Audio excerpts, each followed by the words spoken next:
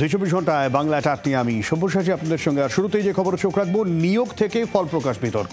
টিএমসিপির প্রতিষ্ঠা দিবসের মঞ্চ থেকে বিরোধীদের তোপ দাগলেন মমতা বন্দ্যোপাধ্যায়।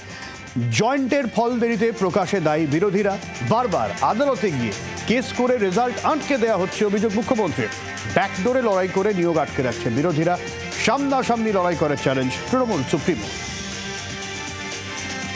ফের মেট্রোয় বিভ্রাট। টলিগঞ্জ থেকে শহীদ ক্ষুদিরাম পর্যন্ত মেট্রোয় সমস্যা। প্রায় আধ ঘন্টা পর স্বাভাবিক হয় মেট্রো চলাচল। বিপাকে পড়েন বহু অফিস যাত্রী। প্রায় এমন গন্ডগোল চলছে পরিষেবা নিয়ে অভিযোগ যাত্রীদের। কবি সুভাষ মেট্রো স্টেশন বন্ধ হওয়ার জেরেই এই সমস্যা, এমনটাই মেট্রো সূত্রে খবর। ফের শহরে দুর্ঘটনা, নিয়ন্ত্রণ হারিয়ে উল্টে গেল পণ্যবাহী গাড়ি। শ্যামপুকুর থানা রাজবল্লভ পাড়া মোড়ের ঘটনা, গুরুতর জখম চালক। সিউড়ি সুপার স্পেশালিটি হাসপাতালে উত্তেজনা, চিকিৎসার গাফিলতিতে মৃত্যুর অভিযোগ। পরিবার সূত্রে খবর, পায়ে ব্যথা নিয়ে বুধবার হাসপাতালে ভর্তি হন ঝুমা কোড়া। বৃহস্পতিবার সকালে ইনজেকশন দেওয়ার পরেই ঝুমার মৃত্যু হয় বলে পরিবারের দাবি। হাসপাতাল চত্বরে বিক্ষোভ দেখায় মৃতের পরিবার। চিকিৎসা পরিষেবার মান নিয়ে প্রশ্ন তুলছেন অনেকে। কলকাতা মেডিকেল কলেজ হাসপাতালে উত্তেজনা, চিকিৎসার গাফিলতিতে নবম শ্রেণীর ছাত্রীর মৃত্যুর অভিযোগ। জানা যায়, গত 19শে আগস্ট কলকাতা মেডিকেল কলেজ হাসপাতালে ভর্তি হয় নিকুঞ্জ গুপ্তা। ক্যান্সারে আক্রান্ত ছিল নাবালিকা। রবিবার ছাত্রীর গলায় একটি চ্যানেল করতে গিয়ে চিকিৎসকদের ভুল হয় বলে অভিযোগ।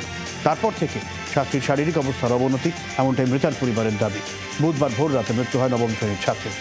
স্বাস্থ্যকর্মীদের বিরুদ্ধে খারাপ আচরণের অভিযোগ, ব্যাপক চাঞ্চল্য মেডিকেল কলেজ চত্বরে। টোটো চালকের ওপর পুলিশের নিগ্রহের অভিযোগ। টোটো চালককে মারধর করার অভিযোগ উঠেছে মালদার শামসি সদর এলাকায়। জাতীয় সড়ক অবরোধ করে বিক্ষোভ টোটো চালকদের। শামসি রেল স্টেশনে যাত্রী রাখতে গিয়েছেন ইউনুস আলী, আর ফেরার পথে রাস্তার ধারে একটু টোটো রেখে পাশে চা খাচ্ছিলেন টোটো চালক। অভিযোগ, সেই সময় টোটো চালককে মারধর শুরু করে পুলিশ।